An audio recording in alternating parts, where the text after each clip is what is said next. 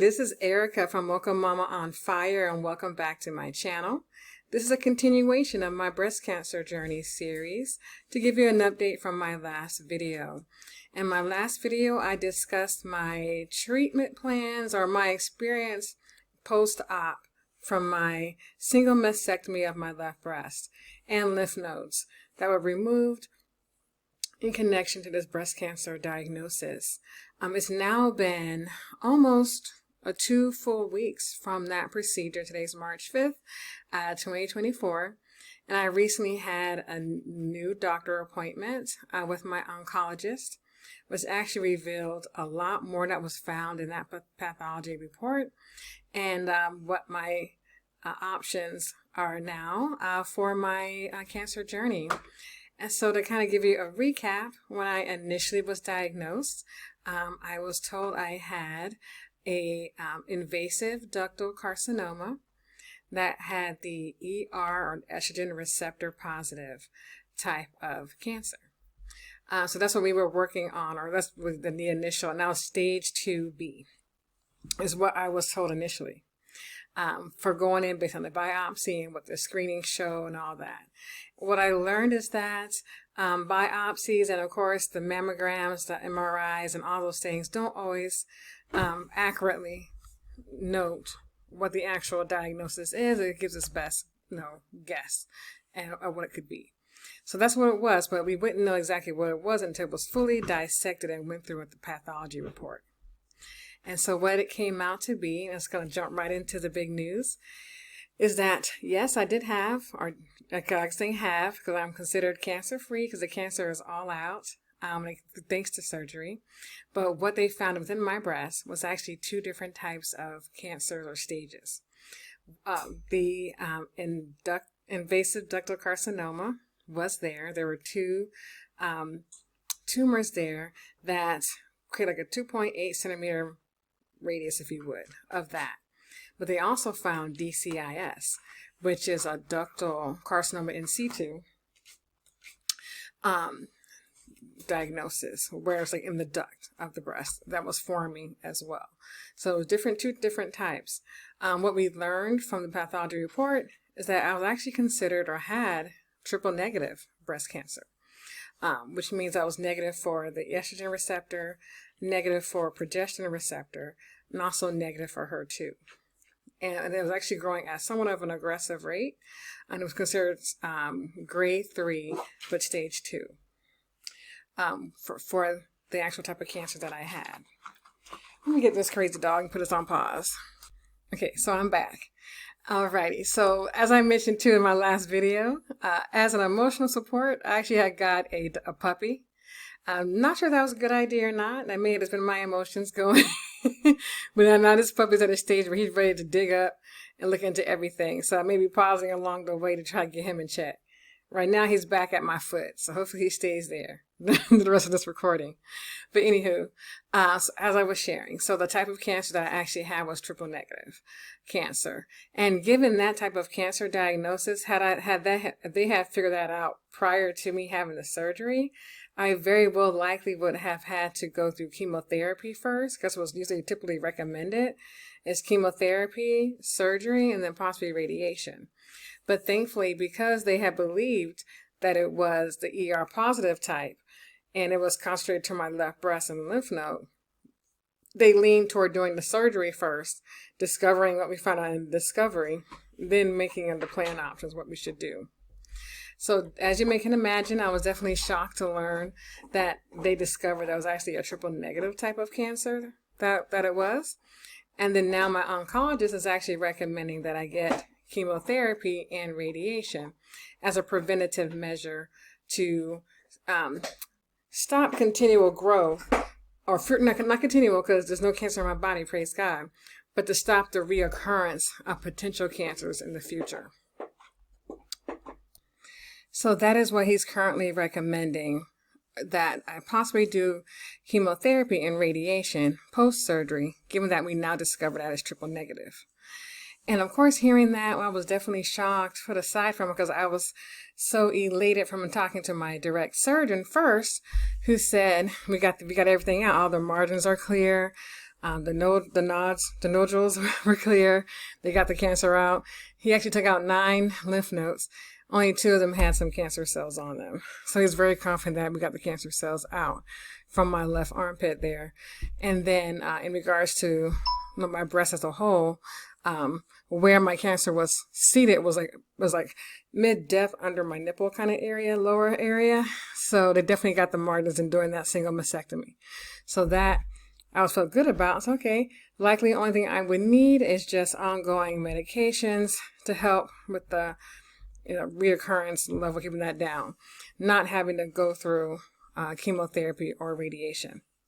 And so I was like, and, oftentimes doctors, I feel, my team still is very much so encouraging in that they educate, and it's still up to you to make your decisions on what you will do. Ultimately, it's your life to select what you want to do. They have the recommendations, but you have your choice of what you will do.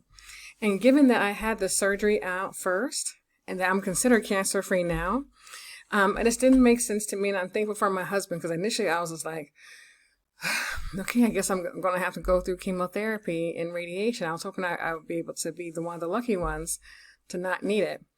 But then he asked me a great question that made me go back to my doctor. He said, ask the doctor, what is the probability of reoccurrence? Because if it's a low probability, is it really worth going through all the additional risk that I would take on in my body by going through chemotherapy and radiation? Because if right now I'm considered cancer-free, and my doctor definitely confirmed that's what the case is, they want to keep me cancer-free, and that's why they say they recommend chemotherapy and radiation, but it's not necessarily a requirement. It's more so my choice of if I want to. If I want to, in some ways, they roll the dice. So what I learned was that I had a 30%, given my type of triple negative cancer that was found, it was grade 2, I had a 30% chance of reoccurrence. If I was to go through chemotherapy, that would only reduce it to 15% chance of recurrence. So of course we know there's no guarantee, but there's a guarantee of the fatigue, the hair loss, the potential body pains you will have, and everything that people go through who go through chemotherapy. That's truly a guarantee. But there's no guarantee for those who do go through chemotherapy that cancer won't reoccur. And so for me, I want to continue to enjoy a full life that I do now, without having too much of a hindrance to the kind of life that I want to live. So I feel really good and confident with the decision that I decided to make.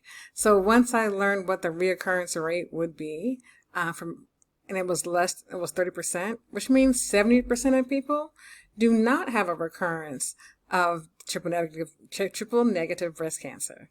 And so I've always been an optimist. I'm always a person who sees a glass a half full. So I like to believe that, hey, I will likely prayerfully be in that 70% that does not have the reoccurrence. And if I am in the future down the line, then I will deal with it at that time, treat it as it needs to be treated, and continue to live my life going forward. So that's what I decided to do for me.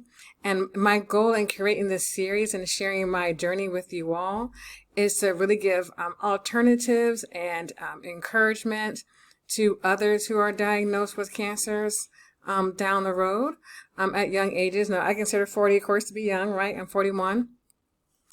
And so for me, my ongoing treatment post-surgery, being cancer-free, my main focus is going to be on my nutrition, weight loss, exercise, body strengthening. Definitely looking into making sure I am connected with a functional doctor. If you're not familiar with the functional medicine and things like that, is working with doctors who are specialized in those, I would say, alternative methods for treatment, so that you don't necessarily have to go through a lot of the pharmaceutical ways of treatment. So that's where my journey and path is going to be going on. I have other journeys I'm going to be taking along this route too, but I'm not going to tease you just yet with that. But I want to give you an update on my breast cancer journey post-surgery. So the appointment that I just had just yesterday was with my oncologist here at the Cancer Center. And that's where they shared with me the pathology reports. and the final diagnosis of the type of cancer that I had. And I always say had, because it's gone. I am cancer free. I'm proclaiming that. That is my mantra. That is my prayer. That is my declaration, and that I will continue to stay cancer free. Like this surgery was meant to be a testimony and a opportunity for me to be an advocate for women like me and around the world. Whoever watches this video is impressed or blessed by the words I'm saying. My main goal is to just encourage and educate those of all their options, and always ask questions. You don't have to go by with what is recommended by them. Because also think too, cancer is big business, and not to be an conspiracy theorist or any of those things. I mean, yes, cancer was in my body. I saw it's on the images and all those things. It's now gone. But it's more so when it comes to the treatments and the things around it. So I lean towards, everyone has their own discretion and their own discernment of what's best for them. I just want you to know that you have options, and you can say yes or no. And for me, chemotherapy and radiation is a no. Surgery was a yes, because I wanted it out of my body. And so with that, and you see my pink shirt, my lovely pink nails. I have 99 problems. Here I go trying to stand up. 99 problems. But a bad boob ain't one. So I love this beautiful left mastectomy shirt. So I had 99 problems. But a bad boob ain't one. So my left boob is this one right here. That's now a big scar. I'm not no lying, it's Frankenstein-y. It is definitely not a pretty picture, but I'm here. In the words of Celie, it may be black and ugly, right? But we still here, okay? We are still here. So I just wanted to share that with you, just to encourage you to know that, hey, I'm still here and going to be here for a mighty long while to share my breast cancer journey. As now post-surgery, like I said, my treatments going forward, it's not going to be the medical type of treatments of chemotherapy and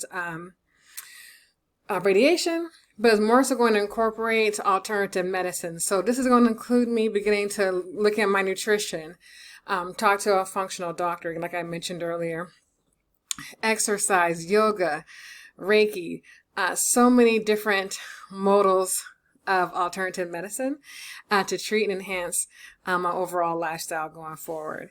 And so I look forward to your thoughts, your questions. Please put it in the chat. Those who've had breast cancer in the past, were you at one point had one diagnosis at the time of cancer, then post-surgery, got a new diagnosis of the type of cancer you actually had? I said initially only had the one, and it was ER positive. And then at the end, it turns out I had two different types of cancers in that same left breast. Like I said, I was in invasive ductal carcinoma and DCIS within that breast. And then from being ER positive to being triple negative. And so now I represent the triple negative club.